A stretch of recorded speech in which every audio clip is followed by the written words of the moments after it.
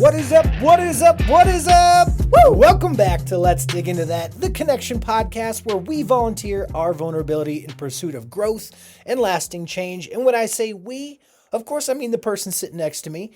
She pens a story full of suspense and anticipation. Her favorite tool at her writing station is alliteration. It's Jordan, everybody. It's true, like a beatnik. Like Using a alliteration beatnik. like a beatnik. Oh my God. I thought it was pretty funny. Oh, I am here with my tough-looking teddy bear, the vulnerable Virgo, bringing the lyrical inferno. Woo! Lovers and dreamers, please welcome JT. Thank you, baby. That was really great. Bringing the life. I love introing the podcast. It's like my favorite thing. I will try my best to never take that joy away from you. Blow out your birthday candles, man. So I'm going to take that good mood. Yeah. Just poke it. Hey, I appreciate the warning. That's helpful. Yeah, because I think I want to bring a little bit of energy, and I thought this could be very enlightening or just leave us with a huge gray area. Ooh, that's Either my way. favorite. Yeah. That truly is like my favorite because when we dive into something that like, I don't know how this is going to go. I think we actually encourage our listeners to think about it even more. Right. So I'm pumped. I don't even know what we're talking about yet. We've got a list of topics. Which one are we going with? So I'm curious, what is and how do you feel about emotional infidelity? Because I am curious, is like emotional infidelity, like, is it cheating or are you just insecure? Oh, I really went for it. Of course, it's rooted in insecurity, but when I hear that term, and obviously I know a thing or two, but I'm going to give you my personal take. And yes, if you are emotionally attached to another human being that is outside of the parameters of your established relationship. Okay. If you have this connection and you're not connecting with let's use the term primary. That's how I've always heard it described. Your partner, spouse, girlfriend, Exactly. boyfriend, Fill in whatever. the blank. Your person. We're going to use primary Primary. as the term like today. If you are not connecting with your primary and choosing to take your deepest thoughts and feelings and share secrets with them, that's what I think of when I think of emotional infidelity. It sounds so malicious and conscious when you describe it, where I'm like, I'm a constant oversharer.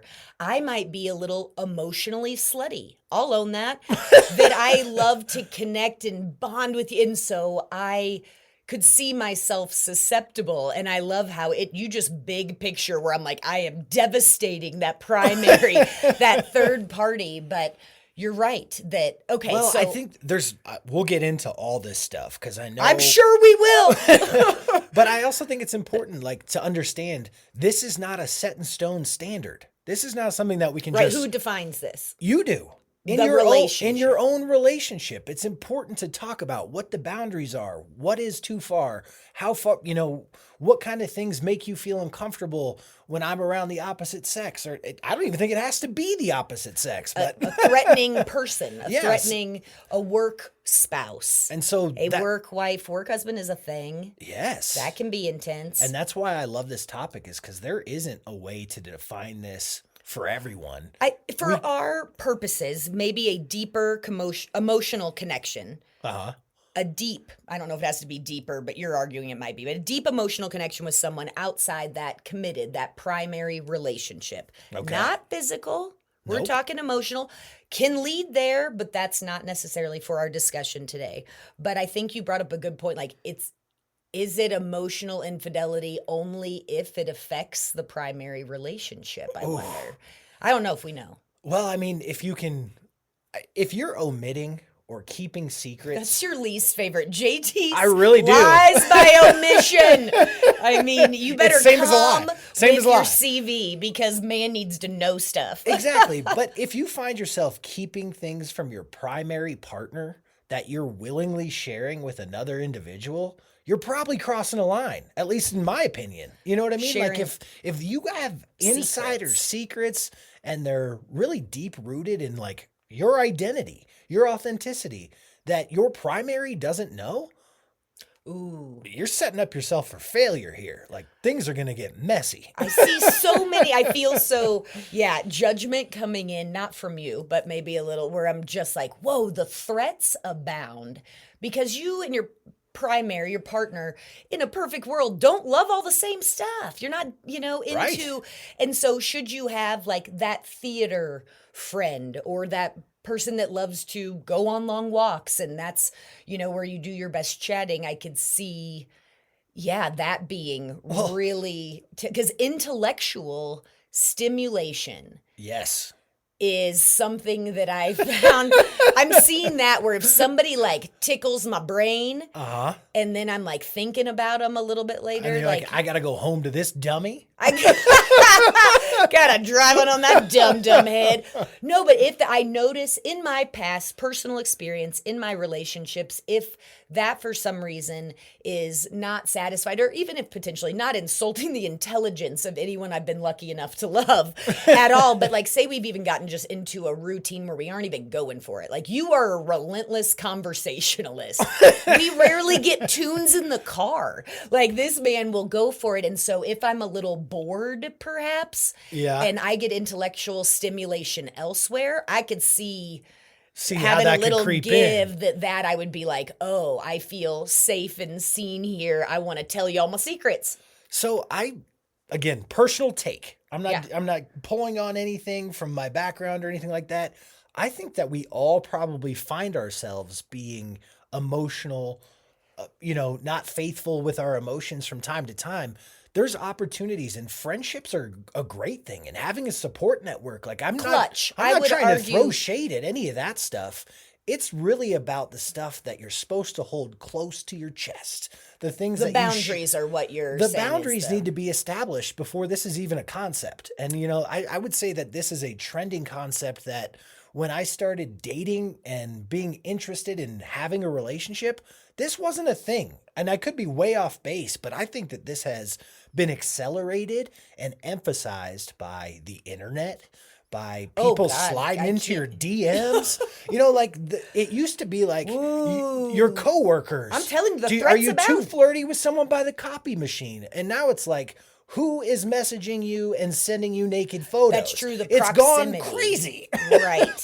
The availability, the proximity, the access to being exposed to this emotional infidelity has blown up Right. with holy man, I can't even, we'll probably circle back to that. But I just think that thread of, I'm thinking about the biggest emotional infidelity is that I thought somebody, wow, this person gets me.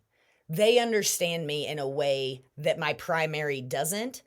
That's, Uh-oh. the fires are burning at that point. But what a struggle when you have friendships that have been, and sometimes that could even be a work relationship that you've been there longer than than your relationship you're in right now. You've been dating 6 months, like together a year, and you've known someone since childhood. Yeah. And they might be a little territorial and want to make sure that they get, that they know your partner better than you do.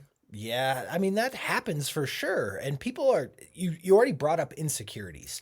This is rooted in insecurity, but at the same time there is real sort of tangible ideas that, like I think about when someone's overshared something with me about their partner and it's like something I didn't need to know. We're talking about the size of their penis or I'm like I don't Ooh, the need to sexy know. I stuff. don't need to know that. That was something that you just breached some confidence in your relationship here. Like Over and over, over and over. oversharing and maybe even being, confiding in something about yourself with someone that you're unwilling to share with your partner, but you're more connected to this person. Like I'm just sort of telling you the signs of like how Oh. I see it evolving. Yes, You know what I mean? are on high alert for the signs, I could see, because have you experienced emotional infidelity? Oh, in the past? absolutely. Right. And so I Infidelity think of all kinds. the book comes out next fall. And so, but I think you do have radar up more so. Like you just gave an example of almost being on the receiving end of like, oh girl, I don't need to know that. Like you're coming at me a little bit by exposing part of your relationship that I don't need to be privy to. Okay. right? Is that what you're kind of Yeah, yeah, and so I absolutely. think that's huge. But that's just one element. I mean, like when you think of the signs that you're maybe crossing this line that every relationship needs to establish and understand, Mm. what are the kind of things that make you say, maybe I'm pushing it? The sign, do you want to make sure your list is complete? Yes, I do actually have some signs because I had a feeling it would come up. Time is a big one, like that constant contact, the amount of time we come back, circling back to the work spouse dynamic, which could be really tricky. Like If you have a leaving. work wife or a work husband, someone that you Right. And work, I have 100% lived in that relationship. uh-huh. And I was at the time married to a human, and this human was very compassionate about my work husband and my dynamic because it was extreme. Like we treated each other everything from brother and sister to we are the last to we have to make our goals were the only thing we could focus on. And so I think that having that like after work hours, getting the texts and the calls and following up and celebrating successes with that person, with those achievements, that's a really slippery slope. It is. And did that relationship with your old colleague ever become a problem in your relationship with your ex-husband? No, just me and my therapist. Like there's like this isn't healthy, and I was like, I know it's not healthy. like, It's the best way to maintain. I think that that's a really good example, actually, of like having this work connection and that you're sort of bonded to this person through work. My work and it's relationship pulled rank. If I got a call at dinner, that would be and hard again, for let's me. all circle back. I was in the wine industry. No Wine emergency. Wine emergency. No life or death, but holidays on the celebrations on the line. Yes. And so that I feel was disrespectful. It was there. I mean, I'm sure I gave a lot of, hey, tonight's going to be a little bit tricky. I was in real estate. Like if I got a phone call, my clients and getting their paperwork through and making You didn't sure work I conventional hours. Oh no, and I 100% put them as my priority. But I made sure that when my ex and I like knew that we were going to be spending time together, I knew that, yeah, the hours had to kind of, Sundays I held sacred. We knew that that could be time where the phone wouldn't explode. But I tried to show up as my best self so I wouldn't let them think that work took priority because it was a huge priority, Right. but I still very much valued the relationship. And so it was taxing, but my best move was to make sure that I was like in it and, fully present and not talking about work and Right. things of that nature. Well, and that's really challenging too. And your job sort of took you out of this realm because my advice to someone, if someone came to me and said, hey, I'm in this situation where I work all the time and I don't feel like I'm giving my primary partner the attention, love, respect, whatever that they deserve, you need to set some boundaries with your work schedule. With the wine emergency stuff, it'd be like, hey, so-and-so,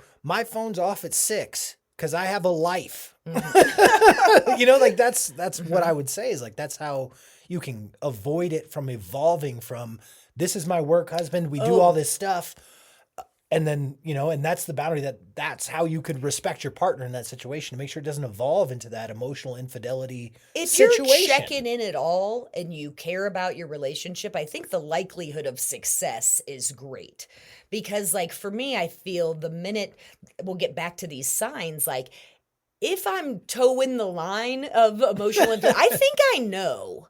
Like, I'm pretty cognizant of. Like, my line with you is, I was talking about you, like say I was hanging out, having girl time, whatever, of course, but I do behave in a way that if you were present, your feelings may get a tiny bit hurt, but I am not going to say anything that would disrespect the person. I'm not going to throw shade in just like, where I couldn't back it up. But we started this conversation with time. And so I just want to bring that up. Like my parents worked together their entire lives. It was amazing. I don't know how they did it. It like sometimes they would literally have to be like, I'm not speaking to you till we go home. Came in the same car, and they had a rule. And that's why it's so important to emphasize that this is different for everybody. But their rule was we do not discuss work at home. When we get home, we're home. That's just it. And so if I was in that relationship and you came home from your job and it was time to like sit down to dinner and you're still on your phone, I would feel exactly what we're talking Rightfully about. so. And time is sort of the thing that we started this discussion on is how much time are you spending with this person versus your primary partner? That's the huge indicator. Right. If they're sniffing it out on you that you're, unavailable to be in that relationship. And so signs that we've got the time, but you hit one on the head already too with like sharing stuff that does not necessarily need to be disclosed. Yeah. That deeper sharing and and if your partner has made it an impossibility, like they don't want to talk, they don't want to hear about this. I have news, I have these dreams, I have, all of these desires, and there's nobody, I can't connect with them. Yeah. That is a separate problem. That is a larger problem that I do think, because that's really tricky. It is really challenging. And one of the things I'm noticing in these examples, these signals that we're sort of they're not exactly purposeful. The intent might not be behind either of these. Your job requires you to do work outside of work hours. And then this example is this sort of. So you think intent is? I think intent is sort of important to emotional infidelity, where I think you can slip into it and sort of fall into it. And I can think of people who have shared things with me who are like, I'm too ashamed to tell my partner about this part of my past. But yet they're sharing it with me. How do you feel holding on to that secret? I hate that kind of thing. And that's one of like, oh man, what do you do when someone shares a secret with you about their relationship? Like I've learned throughout time, when someone comes up to me and says, hey, can I tell you a secret? I go, nope. Nope, not allowed. Not a vessel for you. But you get my point, is like, this can evolve without you sort of being present to understanding what's going on as you build a friendship and you build a bond. And it's good to be sort of cognizant of, how much time am I spending with this person? What have I told them? Am I right. It can happen without intent, and then you need to sort of backtrack. Right. Because I mean, all of this starts with just friends. It is Step one is always just friends. Just friends. Like it's gone from like work colleague or whatever, but yeah, you're just buds. But then when it comes into that emotional support, then you have that when it surpasses your primary, that's where you're in trouble. And it's, you're already, it's already, I said already too late to a certain degree. But what do you do when your primary is just a rock though? You're like, oh man, I have this great news. And they're like, cool, I thought that happened last week. And then you call your little micro cheating moment person and they're like, yay, I am so proud of you. You worked so hard. I can't believe, like, where did it go wrong? See, and I don't think that there's anything wrong with calling the person that celebrates you, that wants to throw you the parade. As long as your primary, you were like, hey, I'm going to go call and so because they're going to be really excited for me. You know can what I say mean? that It's in not a a non secret. like threatening, passive As long aggressive. as you're not way. keeping it a secret and being shady about it, it's great to share with friends. But again, the boundary part of this between you and your primary partner, you also need to establish the boundaries between your friends.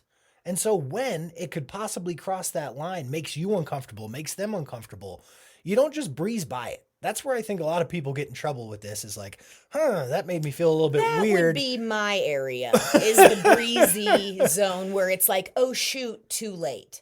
I where think in I the have moment, been like, yep, went for it, shouldn't have done that. No one does this because it's so uncomfortable and it's embarrassing and it makes us feel shame. But when you feel like you've maybe crossed a boundary, you can go to that person and be like, hey, that felt a little too close to comfort for me. And I just want to make sure I'm being respectful to my partner. And so I just wanted to make sure we had our boundaries established here. And then it sets you guys back on the right track. And it makes it totally fine to call that person and be like, I wanted to call you because you make me feel good and actually celebrate me. And, but there needs to be a clear understanding between everyone. The boundaries are what really, I think, is key when it comes to avoiding emotional infidelity. Right. Because if your partner were to say like, yeah, I don't need you talking to so-and-so after work. And your response is, well, we are on the last leg of this big project and this pump up. It means like, stand up for yourself. Use your words. Like, again, I think that I feel so threatened where I'm like, don't shut down my flirt. I want to be a little bit emotionally slutty. Flirting. But flirting. that it is. Yeah, is that allowed to a certain degree?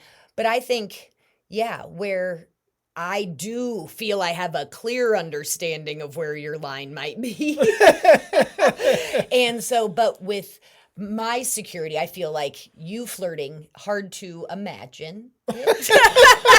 Zero game over here. Mr. Hungry Hippos be my game. I do have an aunt and I loved it. She's like, I'm not a good flirt. She like just walked up and like poked a guy. Yeah. And I'm like, you're my role model in this? And she just poke. Yeah. My most successful flirting technique in my life has just been to wear something completely crazy. And then someone will be like, why are you wearing that? And I'll be like, well, let me tell you. That's truly like peacocking. I'm pretty sure that's called. Oh, Lord. This episode of Let's Dig Into That is brought to you by... Have you ever sent a text and immediately thought, would it be okay if my partner saw that? Introducing More Than a Friend, the world's first emotional infidelity detection system. Just slip on our patented wristband, and anytime your heart races while texting someone who isn't your partner, boom, you're on red alert, baby. That's not just a friend, that's more than a friend. Whether it's deep late-night convos, flirty emojis, or just venting, we track the micro cheats before they become major heartbreaks. Because nothing says I love you like emotionally outsourcing your intimacy. More than a friend, when friendship feels a little too connected. Warning, side effects include awkward conversations, uncomfortable self-awareness, and sudden urges to start couples therapy. Use responsibly. So you've already talked about a couple of the signs. We talked about like when you deeply connect with another person, a third party outside of your relationship. We talked about how much time you maybe spend with another person. What are other signs that you're maybe stepping out emotionally? Right. And I think we've even hit on more than that because like the secrecy. That's a big one. Like the what you're sharing, that they get me. Like I think it's the sign they kind of soul connection is one that came up. I thought that was funny is kind of but yeah, you feel that kind of barnacle bond with this person. And then the feelings of the shame, the guilt, the embarrassment. Yeah, those would be good signs. And that's where I'm like, I kind of know when I'm like, Well, that's why I was trying to say, like, I feel like everyone's probably been in this position, whether you're in a relationship, but like go back to the time before dating and remember how that a person that you were interested in, that you were crushing on would kind of stick in your brain. And you would think about them a lot. The frequent thoughts. I think is a big one. Are you thinking about that person when you're not together? And like, hey, I wonder what so-and-so's up to? Or like, so-and-so would love this. Yeah. Oh, man, I think you're walking the line. Yes, you or just... jumping over it. I feel a little tingly there because like so-and-so would love this. The comparisons. Yes. That, I think, is a huge... And it's probably one of the stages, if we run through those two, where... that unfair comparison, like, oh, JT doesn't do it like so-and-so. Like, I wish he just knew, Or if I'm bringing you, big old tall glass of ice water, that light ass water. And I am thinking about how so-and-so hydrates at their desk all day and da-da-da-da. And would they like cucumber slices in their water, I wonder? Like, that shit is twist. You're asking for, trouble. Absolutely. So you mentioned these stages. I got to know about these stages. 7 of them. Well, we sort of talked about it. All starts with friendship, right? Just friends. You're absolutely right. Just friends. Starts with like a platonic, just friends relationship. That's where the trouble starts. Don't have friends. Don't have friends. Yes. Okay. And then we'll see sort of the overlap there where deeper connection, you're crossing the boundaries where that just friends is now just friends with a little bit of they know me a little bit better or secret handshake. And the way I contextualize that to sort of give myself a better understanding of like, I want people to have deep connections. If your connection with someone that's not your primary partner and you're in a monogamous relationship has the potential to have a deeper connection than you do with your primary, that's when you're in trouble. Yeah, That's when you're in the danger zone, right? Well, yeah, I think that, the desire, if that is the frequent thought, if that is your person of interest at the moment, if you're brave enough to step back and be introspective about what is missing? Could I develop that? Like, who's ballsy enough to have that conversation? I agree with you completely. However, I would take that a step further because that would be like if you were connecting with another guy. But I think this can happen with anyone. Absolutely. It doesn't have to be a potential romantic interest. This could just be, I spend all my time with my girlfriend. We talk about everything and I tell my partner nothing. You know what I mean? Like that would still cross into the unfaithful with your emotions category, in my opinion. I think Do you agree? Can this be Yeah. outside of a romantic relationship? Absolutely, I think it can be outside of a romantic relationship, but it is the great, like, am I withholding from you or are you just not interested? Right. If I'm sharing with this friend because we want to talk about it and work through stuff and get to know each other better. And if you have no interest, I think in that position, be like, oh, thank goodness Jordan has those outlets to feel all the feels. Right. But if you are. Which is important. Exactly. Those relationships are important, but when it takes the place of priority, when it surpasses the attention and time and connection you have. And yes, and what I would add to is in all the scenarios that we read as we prepped for this podcast, no one ever talked about that third party. I think it's important what that third party thinks. If you're leading someone on through like flirtation, or let's say you're oversharing with your best friend and changing her perspective of your partner, that's when you're really becoming unfaithful with your emotions. If your best friend doesn't like me anymore because of the shit you said, Okay, that was gonna walk man, that we're in back. trouble. So if I'm sharing with all of your negative everything and just blowing you up. Yep. Venting, Yes. If for lack of a better word. ugly vent. Ugly vent. If Yes. I ugly vented, that I agree. The respect and the boundary we've established in our relationship is I am not going to slander you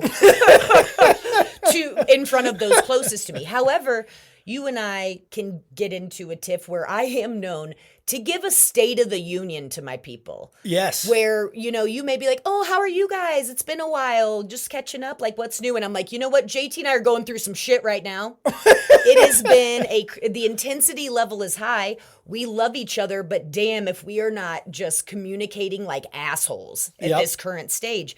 And I don't feel shame telling because I'm not Within the boundaries. Because I'm not living in Instagram. I'm not saying that as a brag anything, but I'm saying it as I can't fake it. I am unwilling at this stage in my life to pretend that it's all fluffy and fuzzy and sparkly rainbows when it isn't. Well said. Your boundaries should not take away from your authentic self. Right. Period. And so well said. I really think that's you nailed it. Well, thank you. I have my moments. Don't even know what I said. Kidding. But no, let's get back to these stages because we have the crossing the boundaries. Next, number 3, complaining, commiserating, forming that, we did the episode on spite, like getting that like kind of agency and getting the group together. Does the complaint have to be about your partner and you're discussing it with sort of someone outside of your relationship? In the spirit of emotional infidelity, yes, that you aren't just complaining about Tina in accounting. Right. You are talking about like, oh, it's been real shitty. Like, would it be emotionally unfaithful if I was talking to everyone and giving them, well, he said this and I said this? I would consider that emotional infidelity. But saying like, scale of 1 to 10, we're cruising at about a 7. Yeah. It seems about all the information if I can get it across in that way. So I do think specific to your primary that you're complaining about. I could see how that's a dangerous, slippery slope, but at the same time, sort of a necessity. Again, we all have to vent. We all have to have that person. And so again, having a boundary with a friend or your colleague or whoever this third party is in our metaphorical situation, that they know I'm in a loving relationship. This is just a moment in time. Like they have to have an understanding of your boundaries. And I think motive too, because like if I'm going to go for it and give a little bit of the extra details to one of my nearest and dearest, my people, I'm looking perhaps for insight. Maybe they can shed light on how I can feel better, do better, get my needs met. And so if I'm motivated by trying to better my primary relationship as opposed to driving a wedge, like how am I framing my primary relationship in front of this third party? Right. They have just been devastated by what you think. And like, I always hear girls talking to each other and like, oh, you need to dump that sorry ass. Cross the line. Like if your friends are saying you need to get rid of that dude, they don't like him. So it's probably your fault for sharing all this stuff about him. Like I bet that they didn't even come up with that on their own. You know what I mean? Ooh, and I can only imagine what that does to your insides. If I had someone be like, "Oh, JT, let's pretend they're even just threatened by you because they are my closest friend or whatever." And if they were like, oh, drop him. Yeah. He's never going to make you happy. How would you handle that? I would instantly not want to ever talk to that person again.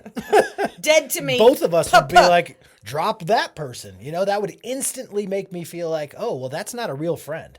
It is. I mean, it is. We all have been catty and, relationships. Like, it's happened, but it is really tricky where an old tendency I see myself being like, oh, damn, I'm going to put so much effort into reselling this guy to this person that, it's exhausting just thinking about it. And so complaining is dangerous. That Yep. was Three. step 3, not to We're make going, us. number 4 is my favorite. Okay. So the filling of the needs. This is where the fixation, flirtation, fantasizing about this person, perhaps. Yeah. And that fantasy, doesn't have to necessarily be sexual, but everybody can feel the undertones. So that is number 4. So I think that, again, that flirtation, is it breaking the boundary there? How do you feel about flirting?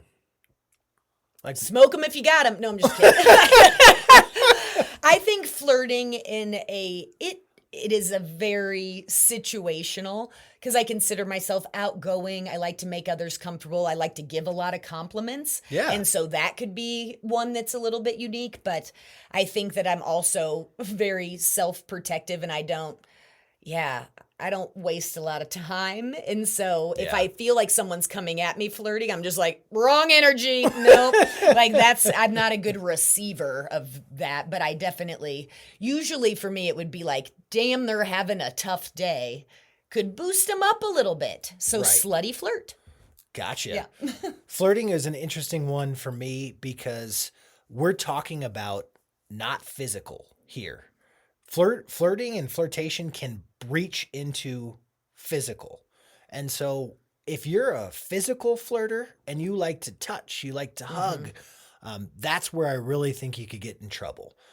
I think flirting is really powerful. It can be good for your self-esteem. There's a lot of positives to it. And so I don't want to, again, I'm trying not to just blast all these things and having friends and flirting's bad. I don't think that. But if your emotional investment is greater than the one you have with your primary partner. That's what I think. If it's casual plus, but if you can argue my, investment in what I'm wearing to dress up for this person, that's the telltale ding, ding, read. ding. Yes. Yeah. Whew. Okay, here's another one I think. Oh, did I get through all the steps? Nope. I had another. Nope. All right. We just did the filling of the needs with the flirt. Greater importance. So we kind of hit on that. The next one is valuing that person more. So that kind of rolled. We see the sequence of events here. Absolutely. And then disillusionment. That's when that introspection, it might be too late. Like, have you lost interest in that primary relationship? And then it's separation is the 7th. Yeah. I mean, when I think of people saying, that was a little disheartening. That really came to a crashing halt. And then you break up. Well, when I think about people saying, oh, we just grew apart, I think a lot of times this is what happened. You prioritized. They were growing elsewhere. They were growing elsewhere. And so did they too. probably. Yeah. Ooh. That's tricky. And now it's time for Yeditations, the thoughts in our brains keeping us from meditating. I don't know if I actually think emotional infidelity is as bad as physical infidelity. As bad as? Yeah. But it's cheating. Well, I mean, if you have sex with someone outside of your relationship, you can't really undo it. That's pretty that's a whoopsie. But if you overshare something, you can be like, hey, I really didn't mean to say that. And it was a breach and I shouldn't have gone that. And we should have established some boundaries. And you can't unsay it. You can't unsex someone. You can't. That's fact. You learned it right here, folks. But you're right. Emotional infidelity is deniable. And you also, it doesn't always seem like it's intentional. If you screw up, haven't set the boundaries and even thought about them, and it's just you don't know until you touch that electric fence if that baby's hot. And exactly. And so I don't want to discredit it. It can be extremely hurtful and really do some serious damage. But I just had to say that. The things that stay on our minds, in the spirit of both, if you're sneaking, hiding, getting a rush even. Yeah. Keeping like it on the DL. Like that I think is just straight up cheating no matter what color you paint it. I like it. Agreed. First time for everything. This has been Yeditations. So how do you handle it if you like have a sense, just this inkling that that your partner is like seeking emotional validation elsewhere? It ain't you, but if you think they're emotionally stepping out. Wow. If you think that your partner's doing that, Yeah. honestly, I would say step up your game. That's a I'm serious. Like, be a welcoming receiver of what they need. Reevaluate how you're meeting their needs, because if they're looking for validation elsewhere, appreciation. it means you're not giving them enough. Yeah. So try to step up your game. Yeah. And even recognize, if you were, wise, self-aware enough to connect those dots, saying that out loud can be so powerful to be Exactly. like, I'm obviously letting you down. Let me do better. Like, that's a very loving sentiment. What a in my great opinion. way to approach someone who you're like, hey, your bond with Brad at work makes me uncomfortable because it makes me feel like I'm not meeting your needs. It does help because if you just start overcompensating all of the sudden without any explanation, I would be quite confused. I'd be like, his self-esteem's in the shitter and we don't know why, but he is, that could be really misleading on. I think a lot of this is misleading as insecurity. We've mentioned that it's rooted in that, but at the same time, sometimes it's not coming from a place of self-worth. This is like, hey, I'm seeing my partner distance themselves from me and I don't like it. What can I do differently? And that's got to be a shared responsibility when we're talking about a relationship. Yes, exactly. Well, to complicate things more, I think it's important that we discuss where scenario for you. If someone, the magic of the internet popped up from my past, like just in an, oh my gosh, I can't believe it. You're living here. I'm passing through. Would it be possible? And we've had no contact since not finished. I don't like with this scenario. How? And I'm going, that is a ridiculous response in my mind where I'm just like, if someone, gender aside, called you up, I'd be like, how amazing. I'm going to hear some stories. I'm sure there's some hilarity that ensued and how exciting for you. But my mind went instantly to like an ex or something. And again, that it's okay to be friends with your exes, but you have to have even stronger, well-established boundaries. They're usually laminated. In most relationships, they have those laminated. But here's why I hate someone reemerging from your past. Because the worst thing ever is when someone knows more about your partner than you. You feel challenged by... You feel challenged, and it's a really uncomfortable feeling. And like the person you were when you had your time with that person is different than the person you are now. And the way I feel about relationships is what happened before I was a part of your life, that's your business. Like that happened, that's your lived experience. You'd rather not know? No, I'm not saying that. I'm just saying, how could I ever be critical? I can't let it affect how I feel because it happened long before I was in the picture. But now at show and tell time, you're bringing back this dude from, and now your past is a part of the present, and it gets really, really muddy.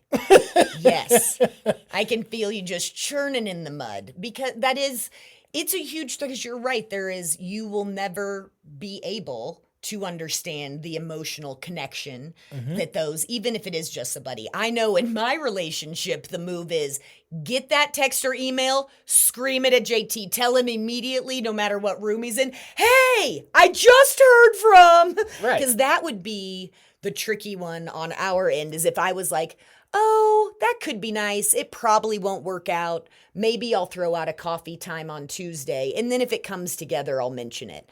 And if I told you like, hey, I'm having coffee with so-and-so from my past Tuesday, you would say, when the heck did all that come together? Exactly. And it would feel like an omission. And again, I just got to say, if this is a platonic friend, this is all nonsense. None of this matters. No, this is a platonic friend. This is a platonic friend. And even if they're of the same sex, if you explain to me or of, different and you're as long as there's no interest and there's nothing like that could evolve from that, I wouldn't feel uncomfortable. I can't help it if everyone's in love with me from my past. No, I'm just teasing. But imagine though, like if I went, oh my gosh, just platonic, and they're going, I've been working up the courage to tell you how I feel. I am not that self-involved. Like, oh, horror. Like that would be a nightmare. That's not your fault. But that's not my fault. No. And so in that scenario, it's tricky because I want you to have friends from your past that I don't know. Guess what? That could come and visit. Right. It would just be if there was something Let's extra communicate from about the it. past. We need to communicate, and if there was ever any kind of intimacy that was from the past, it should probably be discussed. And like you like to be, I like to be in the know when it's relevant, so that's fair. I think my punchline for this, if you want to be in this relationship, act like it. Exactly right. I love that. Woo! Nailed it. Nailed it. Whew, I'm exhausted. Cheater. This has been just amazing. Thank you so much for keeping me curious. I really enjoyed this, and thank you for sort of setting it up. Like, I don't know where we're going to go. We might be living in the gray area, but I think we had a great discussion sort of tackling this new trending concept that I swear to God was not a thing when I was younger. Yeah, I don't remember my parents ever using like work wife or work husband. No, I don't think that was a thing. And so thank you, Love Ninjas. We want to hear from you. You're in that open relationship vouching for. You should have your emotional outlet. And you should, we want to hear. Absolutely. You've recovered from a major overstep and managed to get that relationship back on track. Or not, we want to hear. Thank you so much. I appreciate it. We love you. Thank you. I'm JT. And I'm Jordan. Until next time. Be brave, beautiful friends. If this podcast, or just JT, means something to you, it would mean the world to us if you had a second to share this episode or your favorite episode. If you haven't already, please subscribe or follow on the homepage at letsdigintothat.com or wherever you listen to your podcasts. We adore you, Love Ninjas. And we see you, Rage Pirates. Thank you.